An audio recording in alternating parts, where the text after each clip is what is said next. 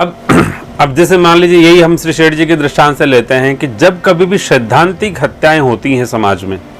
हैं, या सनातन के विरुद्ध कोई समाज खड़ा दिखता है और उसमें क्या है कि यदि शूद्र जो हो, मान लीजिए शूद्र वर्ण व्यवस्था से कोई बना हुआ है या है उसमें, चाहे वो शूद्र जन्म से हो या फिर वो शूद्र अपने कर्म से हो, तो दोनों ही दृष्टि में शूद्र का क्या रोल होना चाहिए, क्या उसका स्वधर्म होना चाहिए। यदि शूद्र ने, कहने का मतलब है उस सैद्धांतिक हत्या के अंदर सहभागी बना, यानी कि सहयोग किया, तो उस व्यवस्था में वो शूद्र जो है वो दोषी माना जाएगा।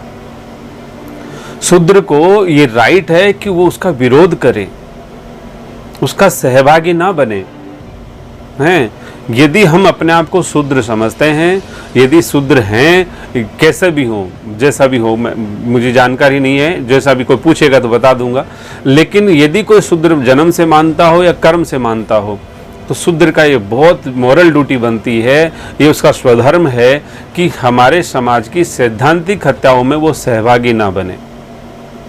यदि वो सहभागी बनेगा तो वहां पर क्या होगा कि उसकी शूद्र की स्वधर्म की व्याख्याएं विकृत हो जाएंगी और सब उसको अपने स्वधर्म का पालन नहीं करने का दोष और दंड भोगना पड़ेगा। हैं, तो कहने का मतलब ये है कि हम ये समझें कि वास्तव में सिद्धांत क्या है, उसकी हमारे को जीने का जो विज्ञान क्या है, और उसमें शूद्र यदि हम हैं तो क्या उसमें सहभागी बनेंगे या नहीं बनेंगे। आज तो सब लोग ही खड़े हो जाते हैं, कोई इंसिडेंट हुआ, मान लीजिए कोई भी बात हो गई, घटनाक्रम हो गया, बिना देखे ही और सोशल मीडिया पे बाढ़ आ जाती है, ट्वीट पे ट्वीट, मैसेज पे मैसेज, ये मैसेज वो मैसेज हैं। तो कहने मतलब उसमें ये चीज़ें बिना कोई जाने, बिना पता करे, कुछ भी नहीं, अपना कुछ मत देना लेना, पता ही नहीं कि सही है कि गलत है। यदि वो गलत हुआ और आपने उसमें सहभागी बन गए, आपने मान लीजिए हो गया, मान लीजिए फॉर एग्जांपल जैसे वो मूर्ख की बात थी जो मैंने अर्लियर बताया आप लोगों को, श्री गुरुदेव के पास आया और उसने अपने जो बताया कि मेरी माँ है, और फिर महाराज जी के पास जाके बोला कि मेरी पत्नी है। तो ऐसे अनजान लोग कोई भी हैं जिनको आपका परिचय नहीं है, जिनको आप अश्योर्ड नहीं है, आपका कहने मतलब गहन उसके विश्वास नहीं है, या जैसे भी आप प्रत्यक्षदर्शी नहीं है, साक्षी नहीं है, और आप कहते हैं आप परिचय दे दें किसी का भी कि साहब ये तो बहन भाई है, या ये पति पत्नी है, या माँ बेटे हैं, तो आपने क्या मतलब जानकारी नहीं आपको कि क्या है, और आपने वास्तव में उसका सहयोग कर दिया। तो जाने अनजाने भी इतना सावधान हमको होना ही चाहिए कि हमको बिना जाने अनजाने, बिना जानकारी के या बिना पूर्ण नॉलेज के अपने को कुछ भी उसके बारे में कमेंट नहीं करना चाहिए। ठीक है, कोई अपने साथ है तो वो अपना परिचय खुद दे, आप क्यों दे रहे हो, हम क्यों दे रहे हैं।